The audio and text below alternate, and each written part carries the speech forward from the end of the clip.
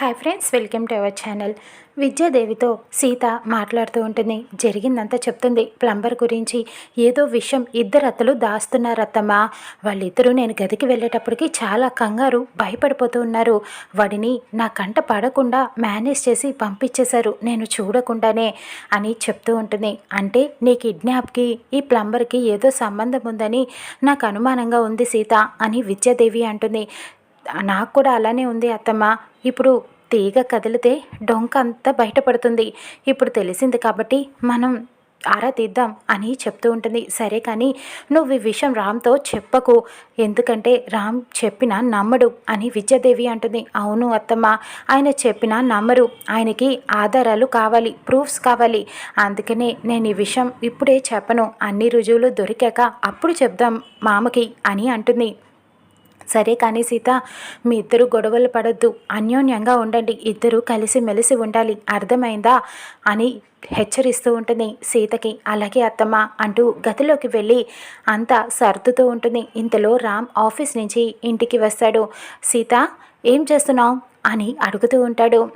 నువ్వు కళ్ళు మూసుకో అని చెప్తూ ఉంటాడు. దేనికి మామ అని అడుగుతూ ఉంటుంది. ఒక్కసారి కళ్ళు మూసుకో అని చెప్పగానే కళ్ళు మూసుకుంటుంది.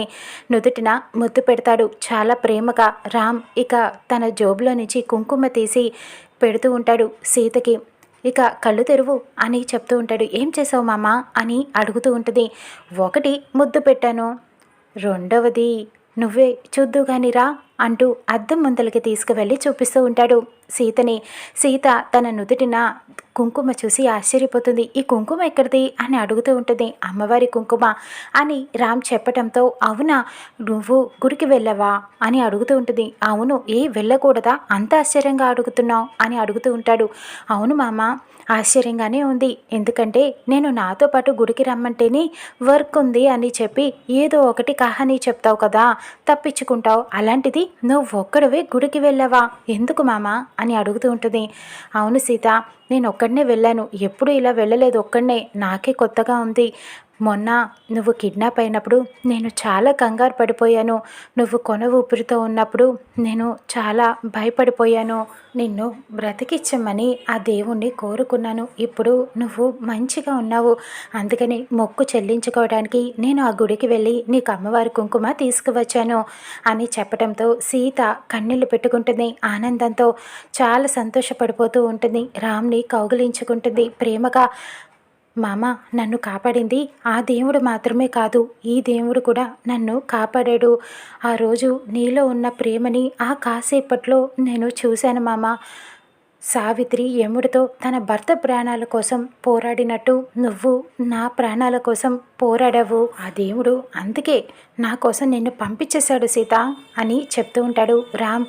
అవును మామ అని సంతోషంగా చెప్పడంతో, ఆ దేవుడు నిన్ను పంపించకపోతే నేనే నీ దగ్గరికి వచ్చేసి ఉండేవాడిని అని రామ్ చెప్తూ ఉంటాడు. సీత బాధపడుతుంది. మామ, అలా ఎప్పుడు అనొద్దు, నువ్వు నిండు నూరేళ్ళు ఉండాలి మంచిగా అని చెప్తూ ఉంటుంది. ఈ సీత ఉంటేనే నూరేళ్ళు ఈ రామ్తో ఉండాలి, ఇద్దరం కలిసే ఉండాలి అని చెప్పడంతో, అవును మామ, ఈ సీత బ్రతికేదే ఈ రాముడు కోసం అని చెప్తూ ఉంటుంది. అవును, ఈ రాముడి కోసమే ఈ సీత అని చెప్తూ ఉంటాడు. ఇద్దరు అలా ప్రేమగా కౌగులించుకుంటారు. ఒకరి కోసం ఒకరన్నట్టుగా బ్రతుకుతూ ఉంటారు. అక్కడ మహాలక్ష్మి ఆలోచిస్తూ ఉంటుంది. ఎలాగైనా సరే ఈ కిడ్నాప్ విషయంలో సీత అన్ని విషయాలు బయటికి తీసుకురాకముందే నేను ఏదో ఒకటి చేయాలి, ఆ మెకానిక్ని పట్టుకోవాలి, సీత అంతూ తేల్చాలి అని చెప్పి ఆలోచిస్తూ ఉంటుంది. ఇంతలో డాక్టర్ నుంచి ఫోన్ వస్తూ ఉంటుంది మహాలక్ష్మికి. ఫోన్లో ఆ డాక్టర్ పేరు చూడగానే ఒక్కసారిగా షాక్ అయిపోతుంది. ఫోన్ లిఫ్ట్ చేసి, ఏంటి నువ్వు ఇప్పుడు ఎందుకు ఫోన్ చేసావు, నేను అస్తమాను ఫోన్ చేయొద్దని చెప్పాను కదా, ప్రతిసారి ఎందుకు ఫోన్ చేస్తున్నావు, అప్పుడు కూడా ఇంటికి పెట్టకుండా వచ్చేసావు అని చెప్పి కోప్పడుతూ ఉంటుంది. ఏంటి మహా అలా మాట్లాడుతున్నావు, నీతో అర్జెంటుగా మాట్లాడాలి అని అంటుంది డాక్టర్. ఏం మాట్లాడాలి చెప్పు అని అడుగుతూ ఉంటుంది. నీ కన్న కొడుకు గురించి మాట్లాడటానికే ఫోన్ చేశాను అని చెప్తూ ఉంటుంది. ఇప్పుడు తన గురించి ఎందుకు మాట్లాడుతున్నావు, వాడి గురించి అని అడుగుతుంటుంది మహాలక్ష్మి. ఏం చేయమంటావు, నా నరాలు తెగిపోతున్నాయి, నాకు బీపీ రైజ్ అయిపోతుంది, నువ్వు అర్జెంటుగా రా మహా, నీతో నీ కన్న కొడుకు గురించి మాట్లాడాలి అని కోపంగా చెప్తూ ఉంటుంది. వస్తున్నాను పెట్టే అని చెప్పి మహాలక్ష్మి ఆవేశంగా బయలుదేరి వెళ్తూ ఉండగా హాల్లో సీతకి డాష్ ఇస్తుంది. సీత మహాలక్ష్మి పడిపోకుండా పట్టుకుంటుంది. ఏ కళ్ళు ఎక్కడ పెట్టుకొని నడుస్తున్నావు అని మహా కోప్పడుతూ ఉంటుంది. మీరు పడిపోకుండా పట్టుకుంది నేను, థ్యాంక్స్ చెప్పాల్సింది పోయి కోప్పడుతున్నారేంటి, ఎందుకు అంత కంగారు పడిపోతున్నారు అని అడుగుతూ ఉంటుంది. నేను అర్జెంట్ పని మీద బయటకు వెళ్తున్నా, నువ్వు లెగు అని చెప్పి సీతని పక్కకి నెట్టేసి వెళ్ళిపోతూ ఉంటుంది. మహాలక్ష్మి కార్ తీసి డాక్టర్ దగ్గరికి బయలుదేరి వెళ్తూ ఉంటుంది. హడావిడిగా సీత కూడా మహాలక్ష్మిని ఫాలో అవుదామని బయటకు వస్తుంది. అత్త ఎక్కడికో వెళ్తుంది, ఆ ప్లంబర్ని కలవటానికి వెళ్తుందా ఏంటి అని చెప్పి సాంబాని స్కూటీ అడిగి తీసుకొని మహాలక్ష్మి కారు వెనకాలే ఫాలో అవుతూ వెళ్తూ ఉంటుంది.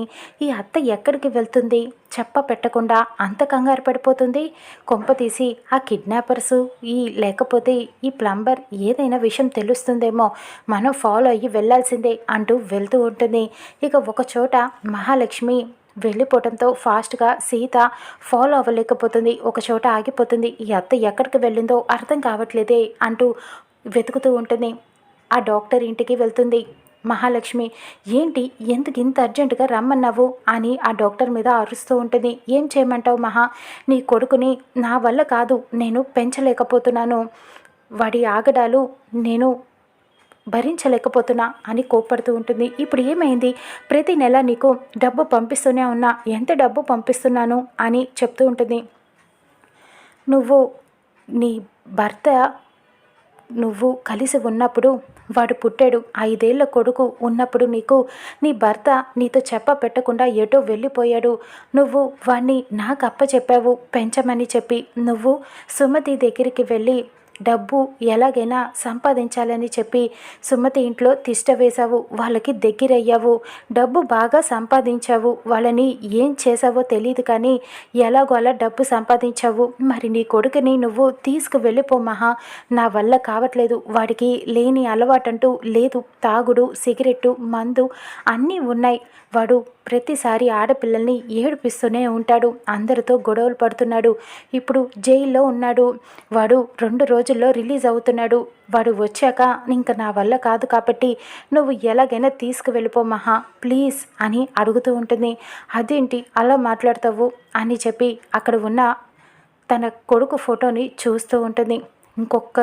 కొద్ది రోజులు భరించువాణ్ణి, ఇప్పుడు నేను కన్న తల్లినని తెలియకూడదు, నీ కొడుకుగానే పెరగనివ్వు, కొద్ది రోజులు టైం ఇవ్వు నాకు, నేనేదో ఒకటి చేస్తాను, ఇప్పుడు కాదు అని బ్రతిమలాడుతూ ఉంటుంది మహాలక్ష్మి.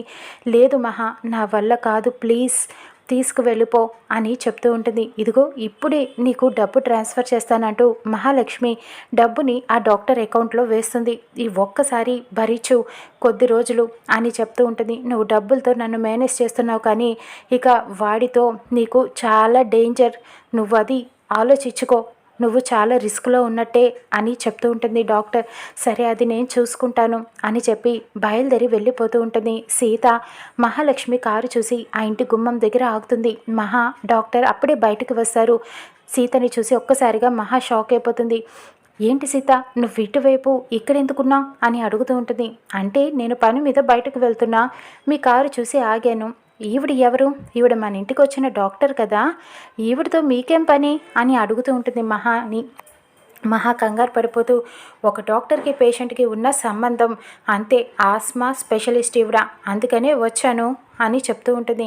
మీరు క్లినిక్కి వెళ్ళాలి కానీ ఇంటికి వచ్చి కలవటం ఏంటి, ఏదో ఉంది మీ ఇద్దరి మధ్యన సీక్రెట్, అది బయటికి తీస్తా, కంగారు పడకండి, అన్నీ బయటికి తీస్తాను అని చెప్పి సీత అక్కడి నుంచి బయలుదేరి వెళ్ళిపోతుంది. డాక్టర్ అంటుంది, సీతకి తెలిసిపోతుందేమో అని అనటంతో దాని మొహం అదేం కనిపెట్టలేదులే అంటూ వెళ్ళిపోతూ ఉంటుంది. నువ్వేమో కిలాడివి, నీ కొడుకేమో పెద్ద క్రిమినల్, ఏం చేస్తారో ఏంటో వాడు బయటికి వస్తే అని చెప్పి అనుకుంటూ ఉంటుంది. మహాలక్ష్మి కొడుకు అక్కడ జైల్లో ఉంటాడు. తను ఇంకొక 2 రోజుల్లో బయటికి వస్తాడు. ఇటు సీత అందరూ కూడా హాల్లో మాట్లాడుకుంటూ ఉండగా ఒక జంట పాపని తీసుకొని ఇంటికి వస్తారు. సీత గారు అని పిలవటంతో మహాలక్ష్మి మీరెవరని అడుగుతూ ఉంటారు.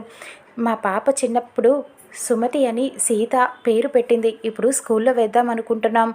ఒకసారి సీత గారిని కలవాలి అని చెప్పి మాట్లాడుతూ ఉంటారు. ఎందుకు? డబ్బు అడగటానికా? స్కూల్ ఫీజు అన్నీ అని అర్చన అడుగుతూ ఉంటుంది. మహా కోపంగా చూస్తూ ఉంటుంది. ఇక సీతని రివెంజ్ ఎలా తీర్చుకుంటుందో చూద్దాం రానున్న ఎపిసోడ్లో.